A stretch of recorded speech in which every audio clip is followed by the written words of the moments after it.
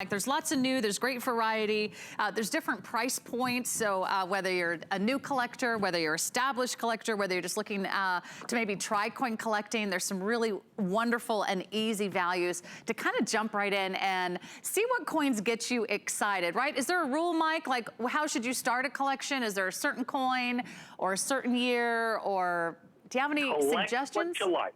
Collect what you like. Collect what you like. I like that. So there's going to be, it's like art. What speaks to you?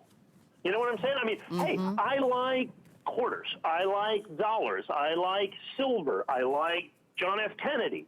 I like the Sacagawea golden dollars. The national parks quarters interest me and speak to me. That's what you collect, whatever speaks to you. Yeah, and that's what makes it so fun and so interesting and so fascinating. That's why generation after generation, you can pass on that tradition and you can share that hobby with friends and loved ones. And I think that's what's so perfect for this time when we are spending a lot of time at home with our families, Mike. We are, you know, maybe helping our kids with online learning and trying to have history lessons at home. You could start with great coins, and let's just jump right in. We've got the early release America Samoa coin here today. HSN price and FlexPay are available for you. But this is also part of, I would say, one of my favorite coins is, or at least the series, is the America the Beautiful, the National Park series. Those speak to me. I love the outdoors. I love how they recognize different states and territories, and they celebrate the nature that inspires us every day. And this would be a great way to sort of add to your collection. Yeah, and so this is collectible at a lot of different levels. First of all, from a real social level, from a social media level, you know, I don't know if you've followed along for a long time after some of these programs came out. There was a lot of social media out there. Hashtag, if you remember, hashtag, I think it was hashtag Baby Yoda, okay? Followed up by this was hashtag Baby Bat.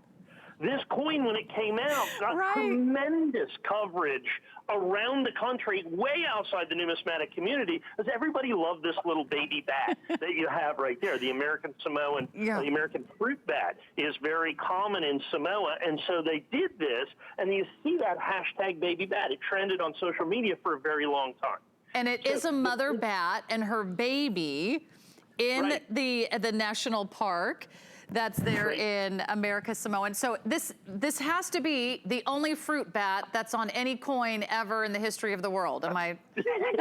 I'm just taking a stab in the dark here, Mike. Yeah, I think that's wise. I mean, you know, follow your instincts on that one. So you have this, like I said, this incredibly, you know, popular design. So, you know, something that speaks to you. But now let's look at the numismatic standpoint of this. So remember when we were talking about the Great American Treasure Hunt? So this coin was made at the Philadelphia Mint, the Denver Mint, and the San Francisco Mint in Privy. But the United States Mint, to try to get kids to look at coins and adults to look at their change, made a very few of these coins at the West Point Mint, and then released them into circulation. You can't buy them. You have to find them in circulation. That's why the grades tend to be very low on these, because you have to get them in circulation. So this is one of those rare West Point minted coins. That's why the early release on this is so critically important, because it's the special West Point Mint release, which represents, I don't know, 0.1% of all the coins that were made by the United States Mint in the quarter series. Then on top of that, so not only did they do the West Point Mint, so, you know, you check your quarters. If you see a little W on one of your quarters in your change, you basically just found a $20 bill. But this coin isn't one of those coins because it's absolutely phenomenally high grade, Mint State 66, Super Choice Gem Brilliant Uncirculated. It's also an early release from the first 30 days. So you have an incredibly popular design. You have a quarter that's almost impossible to find, an incredibly high grade certified by NGC, and then to try to make it even more collectible and desirable, the United States Mint for the very first time added what was called a Privy mark. The Privy mark on this is that it is a V75, so that's the 75th anniversary of the victory in the United States in World War II.